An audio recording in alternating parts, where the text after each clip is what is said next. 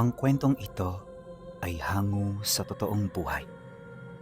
Karanasan ito ni Baldo. Taong 1977, Kabagan, Isabela.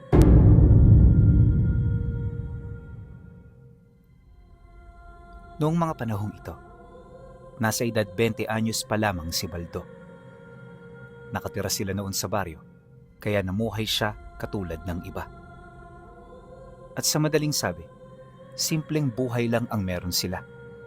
Kagaya rin sila ng ibang pamilya na madalas nahihirapan sa araw-araw na gastusin. Wala ring kakaiba sa kanila, lalo pat bawat isa lumaking normal.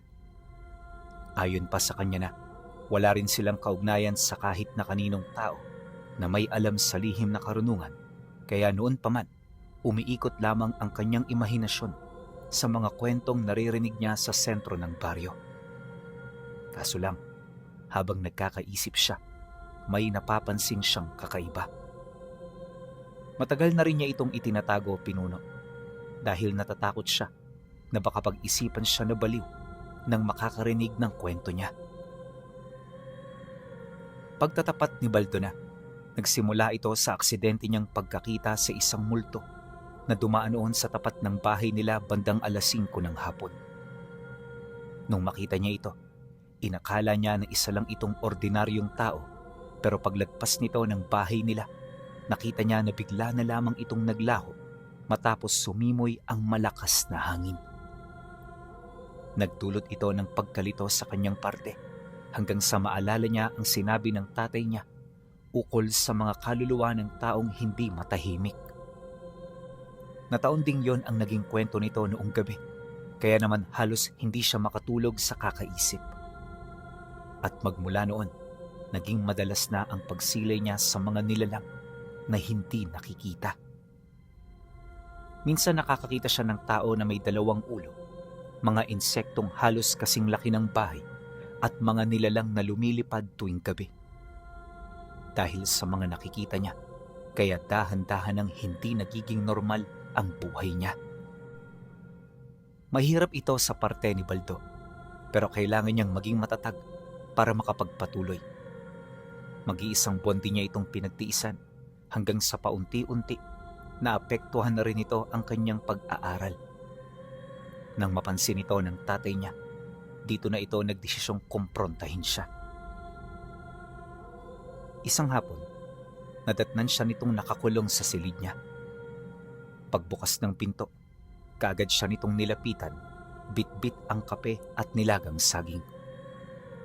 Dahan-dahan nitong umupo sa kanyang harapan habang mahinahong nagwiwika. Baldo, may problema ka ba? Kung meron, sabihin mo sa akin para malaman ko ang mga pinagdadaanan mo. Nag-aalala na kami sa iyo, anak. Hindi ka na pumapasok at madalas nagkukulong ka lang dito. Nababahala na rin ako sa mga ginuguhit mo sa papel. Kapag tinitingnan ko yan, hindi ko maiwasang isipin na meron nang nangyayari sa iyo. Nang marinig ni Baldo ang sinabi ng tatay niya, bigla naman siya ritong napatingin habang namumungay ang kanyang mga mata. Gustong-gusto niya na noong umiyak at humingi ng tulong, pero di niya ito magawa-gawa. Pakiramdam niya kasi, huhusgahan siya ng kanyang ama. Ngunit habang tumatagal ang kanilang pag-uusap, unti-unti na rin siya nitong nakukumbinsi. Ama mo ako, Baldo. Hindi ako gagawa ng mga bagay na ikakasakit ng loob mo. Palagi akong nandito, magbibigay ng proteksyon at pag-unawa sa lahat ng bagay na ginagawa niyo ng mga kapatid mo. Kaya magtiwala ka sa akin, anak. Dahil sa mundong ito, kami ng nanay mo ang nag-iisa mong kakampi. Pagkasambit nito ng mga katagang yon, tsaka naman siya napahagulgol sa pag-iyak. Hindi niya na kasi kaya pang tiisin ang bigat ng kanyang mga pasanin. Kaya para maibsan ang nararamdaman, nagpasya na siyang ipagkatiwala rito ang lahat. Walang sabi-sabi, inilahad niya ang lahat ng bagay na hangad malaman ng kanyang ama.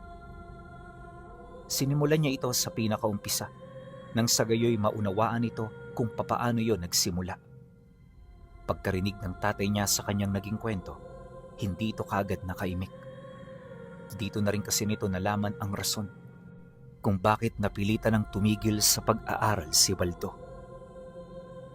Ayon sa kanya na, labag sa kanyang loob na ihinto ang mga nasimulan niya, pero sadyang wala siyang pagpipilian. Mariin din itong inilahad. Mahirap tanggapin ang ganoong desisyon, ngunit wala siyang magagawa. Sinubukan na rin niya ang lahat ng paraang naiisip niya, pero sa bandang huli, patuloy lang siyang ginagambala ng mga multo sa paaralan. At ang mas nakakaalarma pa, araw-araw siya nitong kinukulit na sumama sa kanila. Bilang binata na walang alam sa mga ganoong pangyayari, wala siyang magagawa kundi ang makaramdam ng matinding takot. Dagdag pa niya na, tuwing hapon kapag umuwi siya, nakakasalubong siya ng mga taong may masamang hininga. Kapansin-pansin ang pamumukod tangi nila sa lahat ng taong nakikita niya. Yun bang sa likod ng anyo nito, may isang demonyong nagtatago? Kapag kami nakakasalubong siyang ganon, malimit siya nitong kausapin na para bang nanghihikayat. Hanggang sa dumating ang punto na maramdaman ni Baldo na mas ligtas manatili sa kanilang tahanan. Wala siyang matututunan, pero mas mainam na ito kaysa makipagsapalaran sa hangad niyang buhay na walang kasiguraduhan. Nang marinig ito ng tatay niya, bahagya naman itong napabuntong hininga. Hindi rin ito kaagad nakapagsalita na para bang nag-iisip ito ng malalim. Maya-maya pa, pagbaling nito ng tingin sa kanya, malumanay itong sumagot ng, Alam mo anak, matagal nang nangyayari ang ganyang karanasan sa ating pamilya. Pasensya ka na, hindi ko ito kaagad na ipagsabi sa'yo. Sa bawat henerasyong dumarating sa ating angkan, may ipinapanganak na isang individual na nagtataglay ng mata ng ating ninuno. Ang matang ito ay nakakakita ng lahat ng bagay. Sa kanyang titig ay walang makakapagsinungaling at makakapandaya.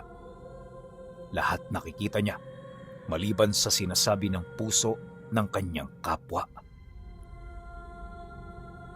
Nang marinig ni Baldo ang sinabi nito, bahagya siyang napahinto sa pag-iyak.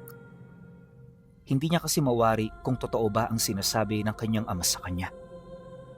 Noong una may pagdududa pa siya, pero sa katagalan, unti-unti na niyang natanggap ang mga paliwanag nito.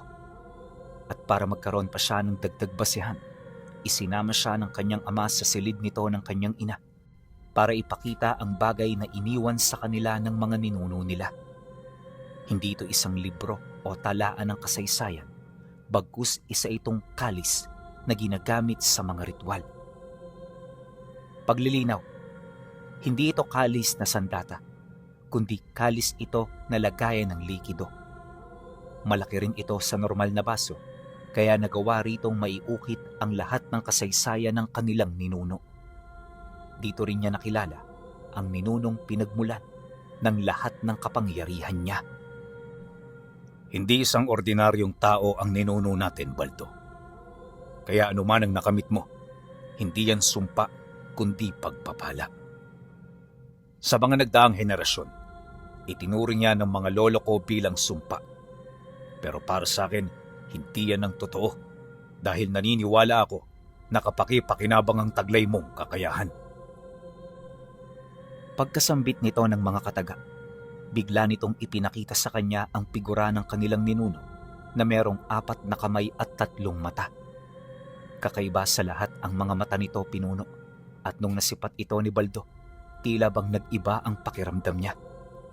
Yun bang gumaan na lang bigla ang kanyang katawan, tapos pakiramdam niya may mga nagsasalita sa hanging umiihip sa harapan nila.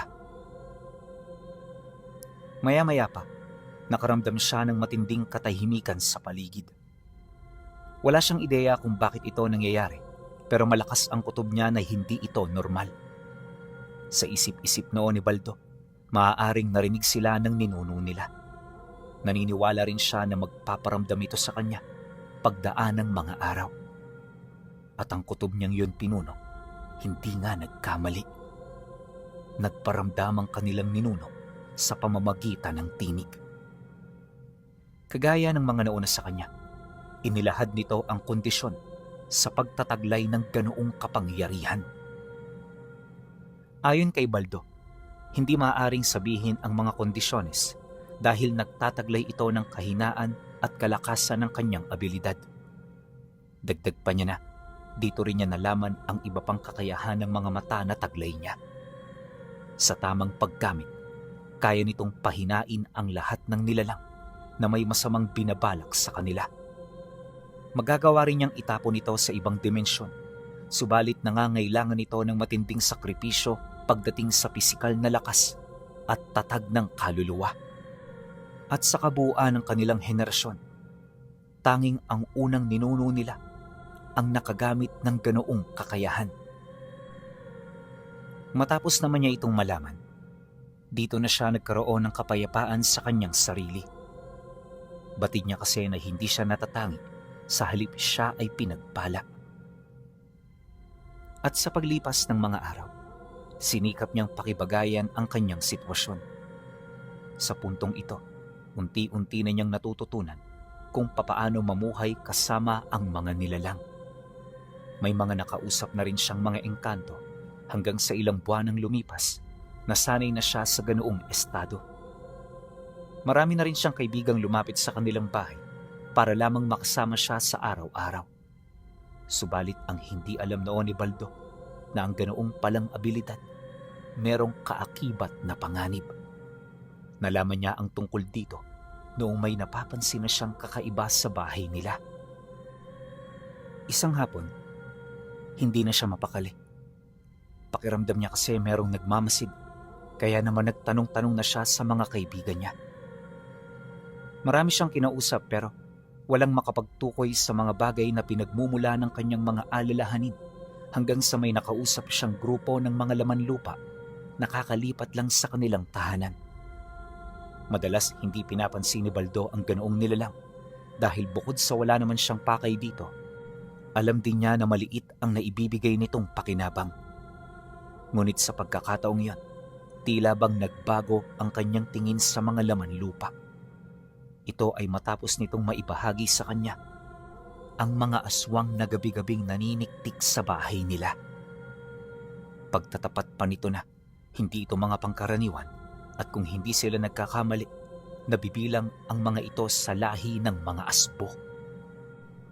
Ang ipinagtataka lang ng mga laman lupa pinuno, bakit siya ang pakay ng mga ito, gayong wala namang kapaki-pakinabang sa kanya. Nang marinig naman ito ni Baldo, dali-dali siyang lumapit sa tatay niya. Kaagad niyang inilahad ang mga nalaman niya kung saan hindi din ito maiwasang magulat at magtaka.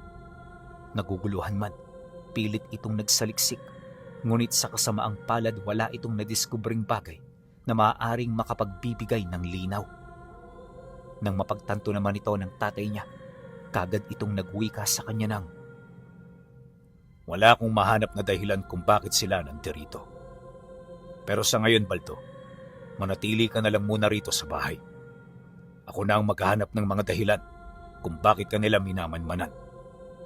Ano man ang pakay nila sa iyo, anak, nakasisiguro ako na meron itong kaugnayan sa abilidad na taglay mo. Sige ho, tay.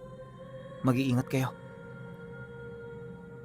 Matapos ang kanilang pag-uusap, agad itong umalis kahit hapon na.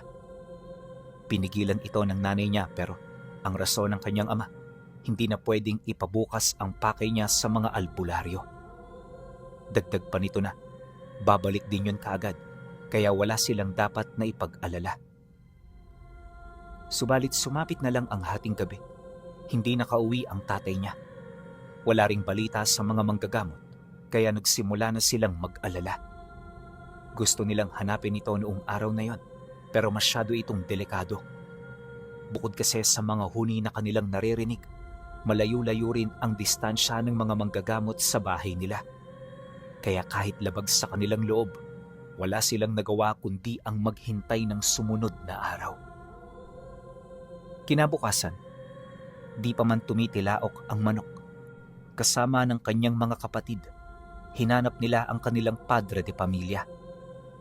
Pagdating nila sa sentro, agad nila yung ipinagtanong Ngunit sa kasamaang palad wala silang nakuhang detalye ukol sa kinaroroonan nito. Sinadya na rin nila ang bahay ng manggagamot, pero sa kasamaang palad, hindi doon nakarating ang tatay niya. Nang malaman nila ang tungkol dito, doon na sila kinabahan ng masama. Alam kasi nila na wala nang ibang pupuntahan ng tatay niya, kaya malabo na hindi ito makarating sa bahay ng albularyo kung walang nangyari ritong masama. Hindi nila kagustuhan na isipin ang mga ganoong bagay, pinuno, pero yun lang ang posibilidad na maaaring sanhi ng biglaan nitong pagkawala. Kaya naman para mapatunayan, kagad nilang nilibot ang mga sakahan. Hinalughog nila ang mga palayan hanggang sa may nakita silang labi na nakalibing sa putikang nasa dulo ng palayan. Pagkuha nila sa bangkay, nakita nila na nawawala ang ulo nito. Hindi man nila matukoy kung sino ito, kaagad na kumpirma ni Baldo na yun ang labi ng tatay niya. Agad niya kasing naalala ang suot nito bago yun nawala. Dahil sa kanyang sinabi, dali-dali naman itong nilapitan ng kanyang mga kapatid. Bawat isa halos mamatay-matay na sa kakaiyak, gawa ng hindi nila matanggap ang biglaan nitong pagkawala. Habang nangyayari naman ang bagay na yon, nanatiling tahimik itong si Baldo, pasimpleng pinagmamasda ng paligid. Wala naman siyang nakikita sa lugar, ngunit nararamdaman niya ang presensya ng mga aswang di kalayuan. Maya-maya pa, umakyat sa kanyang tenga ang isa sa mga laman lupa para balaan siya. Baldo, mag-iingat ka. Isa sa kanila ay kasama natin ngayon dito. Tingnan mo yung binatilyo sa gawing kanan mo.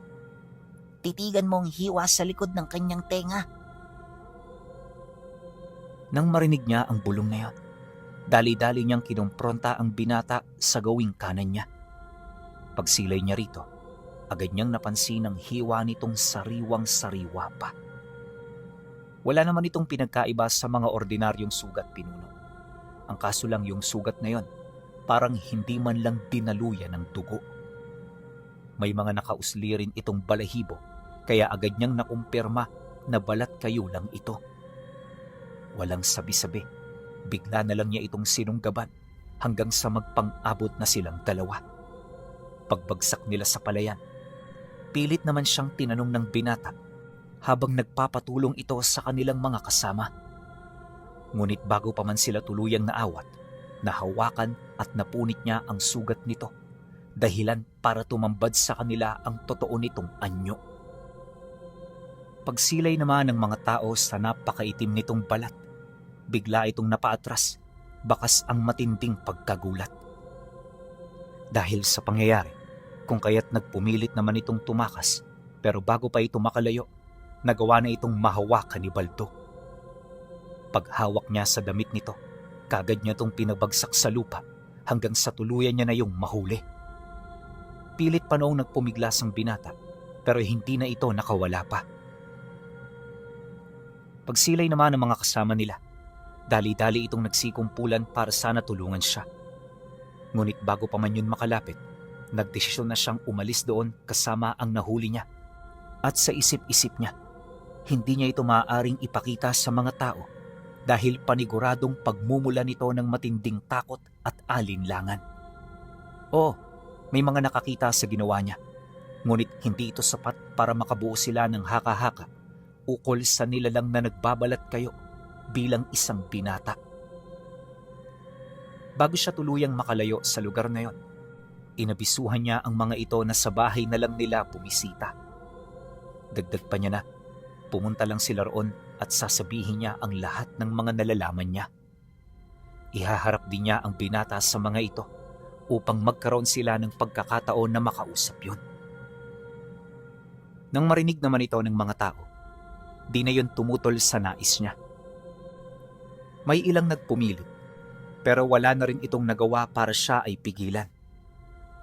Ilang minuto pa ang lumipas, pagbalik niya sa kanila, kagad niyang tinahi ang sugat nito, kasabay ng pagsuot niya rito ng mahaba at malaking damit.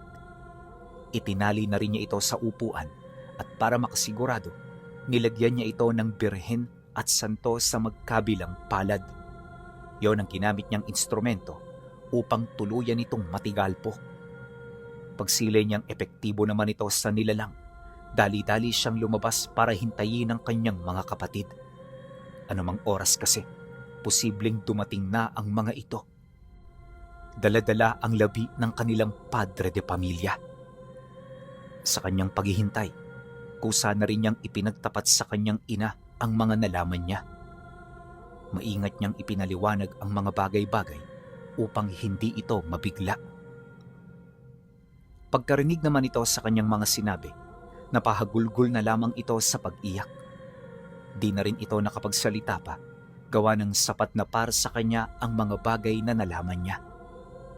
Dahil dito, kung kaya't minabuti na rin niyang manahimik. Kalaunan, nang medyo kumalma na ito, dali-dali naman itong umalis para salubungin ang pumanaw nilang miyembro. Ngunit di pa man ito nakakalabas ng bakuran, nakita na nila ang pagdating ng kanyang mga kapatid. "Nay, nandiyan na sila. Huwag ka nang umalis."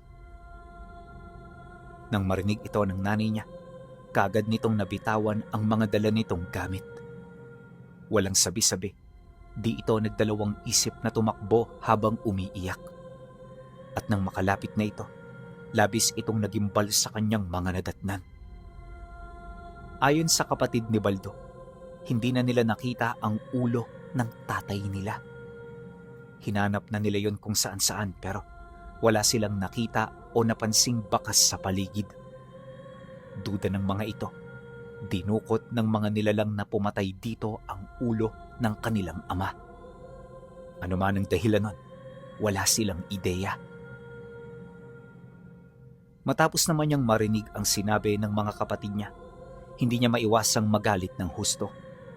Mura siya noon ng mura, gawa ng bilang anak, hindi katanggap-tanggap ang ganoong pangyayari sa kanyang ama. Isa lang din ang bagay na naisip niya at yun ay gumante sa kahit na anong paraan na maisip niya. Dala ng matinding galit, kaagad niyang pinasok ang kwarto kung saan niya itinago ang binatilyo. Pagharap nilang dalawa, bigla niya itong sinunggaban at walang habas na pinagsususuntok hanggang sa dumugo ang mukha nito. Nang medyo makaramdam na ng pagod si Baldo, tsaka niya palang ito tinantanan. Napilitan na rin siyang tawagin ng kanyang mga kaibigan upang makahingi rito ng tulong sa mga bagay na kinakailangan niyang gawin para mapaamin ang nilalang. Pagsilitaw ng mga engkanto, agad naman itong nagsilapit sa kanya. Lahat ng pamamaraan ibinulong ng mga ito hanggang sa marinig niya ang laman lupa na nagwika sa kanya ng, "Baldo, para mapaamin ang isang aswang, kailangan mo muna yang pahirapan. Gamitin mo ang lahat ng may isip mo dahil hindi yan matitibag hanggat hindi yan nasasaktan ng husto. Alam kong bago ka pa lang sa larangang ito, pero kailangan mong malaman na ito lang ang paraan para mahanap mo ang taong pumatay sa iyong ama." Dahil sa sinabi nito, nabuo na ang desisyon niya. Sa puntong yon, desidido na si Baldo na pahirapan at maltratuhin ang nahuli niyang binatilyo. Para naman magawa ito, kailangan niya itong ilipat sa ibang lugar. At ang lugar na naisip niya ay yung bukid na sinasamahan ng kanyang ama. Malapit lang ito sa kanilang pamamahay, pero meron itong sapat na distansya para walang makarinig sa anumang ingay na nagmumula roon. May maliit din sila ritong kubo, kaya ito kaagad ang naisip ni Baldo na pagdalhan ng kanyang biktima. Matapos naman niya yung mapagtanto, dali-dali naman siyang lumabas para abisuhan patungkol dito ang nanay niya. Hindi kasi siya maaaring kumilos, lalo na kung hindi ito alam ng kanyang pamilya. Ang kaso lang, pagdating niya sa sala, agad na sumalubong sa kanya ang mga tao. Wika pa ng kababata niya na kasama sa paghahanap sa tatay niya. "Uy Baldo, nasaan na yung dinukot mong binatilyo? Pinauwi mo na ba? Pag yun nawala, ikaw ang ituturo namin sa mga kamag-anak nun. Alam mo sa sarili mo na mali yung ginawa mo kanina." "Walang problema, Toy. Kung may maghahanap, edi ako ang ituro mo." Pero sinasabi ko sa'yo, kanina pa nakauwi ang binatang yon. Pinagkape pa nga namin yun dito. Di ba, Nay? Nang marinig naman ito ng nanay niya, kaswal naman itong sumang-ayon. Kaya yung kababata niya, wala na ring nagawa. At pagkatapos ng kanilang pag-uusap, agad naman yung umalis. Siya naman noon, dali-dali nang pumasok sa silid para ihanda ang kanyang mga gamit. At nung papaalis na siya, muli niyang inabisuhan ukol dito ang nanay niya. Pagkaraan ng ilang oras, nagpapahinga na siya sa loob ng kubo. Yung kasama niyang nilalang, hindi niya muna ginalaw dahil nag-iipon pa siya ng sapat na lakas. Pagtungtong ng hapon, kagad siyang gumawa ng siga sa labas bago pumasok sa loob. Pagsilay niya rito, dali-dali niyang kinuha ang buntot paging dinala niya. Iyon ang ginamit niya para parusahan ito ng walang pag-aalinlangan. At sa maniwala man kayo o hindi, pagtama pa lang ng buntot pagi, halos mamatay-matay na ito kakaiyak. Paulit-ulit na rin itong pinabubulaanan ang kanyang mga aligasyon, pero hindi siya nito natinag. Ayon sa kanya, na noong mga sandaling yon, medyo kumpiyansa siya. Inakala niya kasi na walang makakaalam sa lokasyon nila, pero isa itong malaking pagkakamali. Dahil lingid sa kanyang kaalaman, naaamoy ng mga aswang ang kanilang kauri. Kaya pagsapit ng gabi, nung hindi na halos mapakinabangan ng binatilyo, may narinig siyang kakaibang huni sa labas ng kubo. Umaangil ito at para itong nagmamasid sa kanilang kinaroroonan. Dahil sa pangyayari, kagad niyang tinawag ang mga kaibigang isinama niya. At sa isang kisap mata, nagsisulputan ang mga ito sa buong paligid. Pagsilay niya sa mga nilalang, agad niya itong inutusan na kumalat hanggang sa madiskubre na nito ang kinaroroonan ng mga aswang na nagmamasid sa kubo. Nang masipat ito ng laman lupa, dali-dali itong bumalik para balaan siya. Baldo, nandyan na ang mga kalaban mo. May kutob din ako na sila ang pumatay sa tatay mo. Ano ang plano mo? Tatakas ka ba rito? O kaharapin mo ang mga yan? Nang marinig naman ni Baldo ang sinabi nito, hindi niya maiwasang mapaisip. Gusto niyang kumprontahin ang mga nilalang na yon, pero aminado siya na wala pa siyang sapat na lakas para gawin ito. Kaya naman sa halip na makipaglaban, nagdesisyon siyang tumakas. Subalit bago niya ito gawin, sinigurado niya munang mamamarkahan niya ang mga nilalang. Nang marinig naman ito ng laman lupa, kaagad nitong isinigawa ang binabalak niya. Pag-alis nito, dali-dali niyang nilapitan ang binatilyo, sabay unday ng saksak sa dibdib nito. Mahigit 30 saksak ang natanggap ng biktima, dahilan para agaran itong bawian ng buhay. Matapos naman niya itong mapatay, tsaka siya lumusot sa bintana. Habang tumatakbo siya, panayang paglingon niya sa likuran para tingnan ang kinaroroonan ng mga nilalang. Awa ng Diyos, di naman siya nahabol ng mga ito dahil nagawa siyang maitago ng kanyang mga kaibigan. Pagbalik naman niya ng bahay, tsaka siya dali-daling pumasok sa kanyang silid. Magmula nang mangyari ito, hindi na muna siya bumalik sa kanilang lupa para usisain ang naiwan doong labi. Akala niya ligtas na siya, pero pagpatak ng ika-4 na lamay, may pumasok sa bahay nila na mga aswang. Kaagad itong natunugan ni Baldo Pinuno, kaya hindi siya nakalabas ng kwarto niya. Gayunpaman, nakita niya ang mga ito na kasywal na kinausap ng nanay niya. At pagkatapos ng usapan, tsaka nito dinungaw ang labi ng tatay niya. Nakasarado naman ang kabaong, kaya hindi siya gaanong nag-alala. Matapos nun, tsaka umalis ang mga nilalang nang hindi na nagpapaalam. Dahil dito, kung kaya't hindi siya nagduda hanggang sa madiskubre nila na purong mga lumang kahoy at lupa na lang ang laman ng kabaong kung saan nakalagay ang kanyang ama. Base sa mga albularyo, may nagnakaw sa labi nito. Malabo na rin nilang matugis pa ang mga nilalang na yon dahil posibleng nakalayo na ito. Ang ipinagtataka lang ng mga albularyo, bakit nito kinuha ang labi ng tatay niya? Bukod kasi sa wala na itong pakinabang, wala naman itong ginawang masama sa kapwa para ganunin ang mga nilalang. Madalas kasi sa mga nawawalang labi, kinagagalitan at kinasusuklaman ng mga nilalang na pumatay sa kanila. Kaya naman ayon sa mga albularyo, posibleng may iba pang dahilan na umuugnay sa nangyaring pagkawala ng labi nito. Nang marinig ito ni Baldo, hindi na lamang siya umimik. Sa mga sandaling yun pinuno, parang masisiraan na siya ng bait. Gusto na niyang magpakalayo-layo, ang kaso lang hindi ito ganun kadali. Kaya sa loob ng ilang taon, wala siyang ibang ginawa kundi ang manatili sa kanilang tahanan.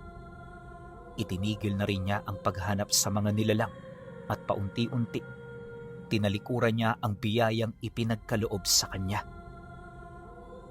Kalaunan, ang biyayang yon ay iniwan na rin siya. Nang mawala na ang kakayahan niyang makasilay ng mga engkanto, dito na rin nagsimulang maglaho ang kanyang mga kaibigan hanggang sa bumalik na sa normal ang lahat.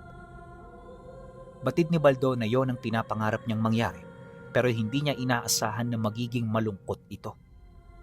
Ngunit sa kabila ng lahat ng yon, sinikap niya pa ring magpakatatag dahil sa wala naman siyang magagawa. At sa paglipas ng mga taon at dekada, medyo nasanay na rin siya.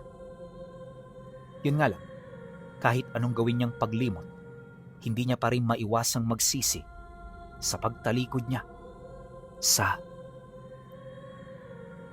makapangyarihang mga mata ng mga ninuno nila Baldo.